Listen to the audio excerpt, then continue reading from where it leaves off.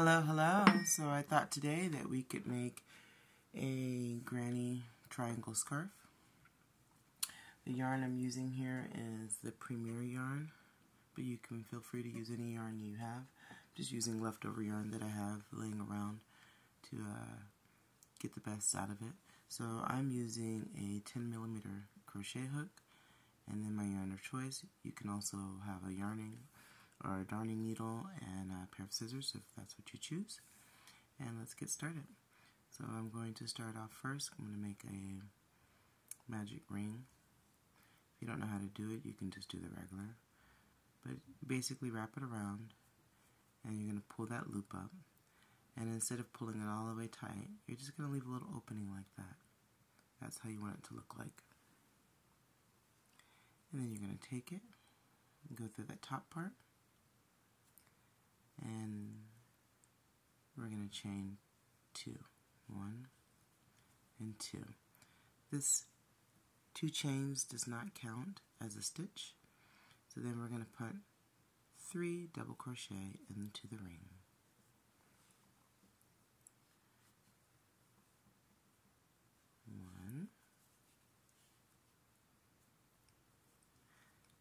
Oops. And 2. And the last one.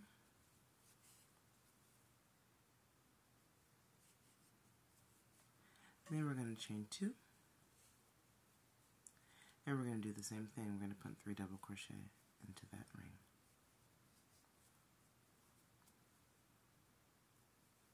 I'm still getting used to crocheting on camera.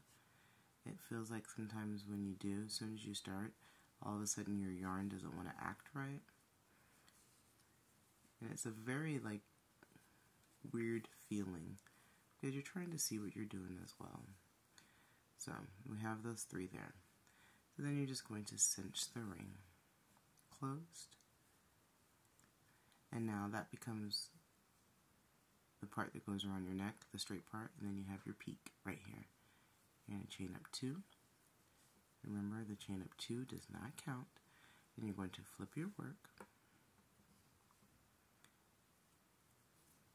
yarn over for your double crochet, and right into that first stitch, we're going to put 2 double crochet. And each round we're going to be increasing. The reason why I like this is because you can go as big or as small as you want depending on the yarn that you have. So we're going to put one in each one. This is a great way, like a stash buster. So then right there, that middle part that we made, you're going to yarn over, you're going to go in, you're going to put in 2 double crochet. And then you're going to chain 2, 1, 2, and then you're going to go back in there and put 2 double crochet. Play around with it too for different variations. You can just put 1 double crochet and chain 3, and it gives you a completely different look. So I often like to play around with the stitching just to see what type of shape or design that I get. You'll get a sharper edge too, like a sharper point, all depending. So then that last one is kind of hiding there, so we have 1, 2, and then we're going to go into this one right there.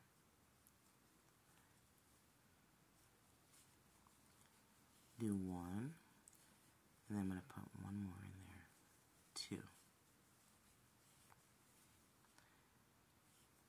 2. Chain 2. And turn your work, and you're just going to keep going and going and going. Let me show you one more time. You see how it's already developing? I'm using sort of a chunky yarn, so you're going to get a development pretty fast, all depending on what type of yarn you use. You can pull that magic ring if you need it to be tighter. So I'm going to yarn over. I'm going to go into that first stitch again. I'm going to chain 2, then put my double crochet in there, and then my second double crochet, and then double crochet 1 in each loop. Make sure you go through both of them all along until you reach that middle part.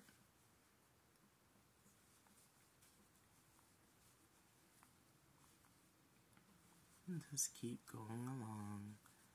It's very therapeutic feeling. You can just sit and watch your favorite show, binge watch it, and do this, whip one out.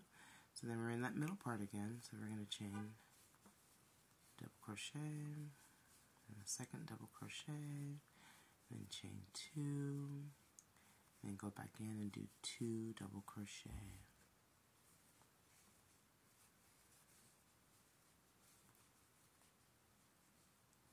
And then we're going to do 1 double crochet in each stitch until the end. And at the end, we're going to put 2 double crochet in that last stitch.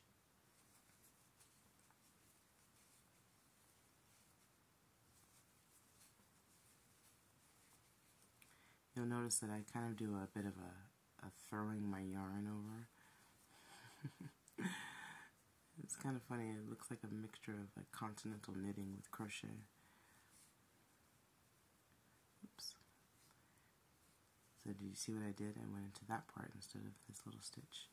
So we're ignoring that chain 2. And then 1 more. Chain 2 right here. And turn your work. And you're going to keep going for the length that you want until your scarf gets as big as you'd like. I'll show you guys one that I've already completed. This is one that I've already completed. I love this one. It's just so gorgeous.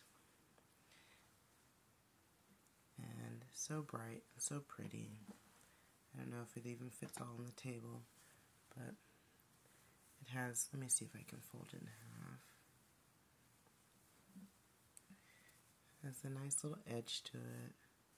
I did a border on it.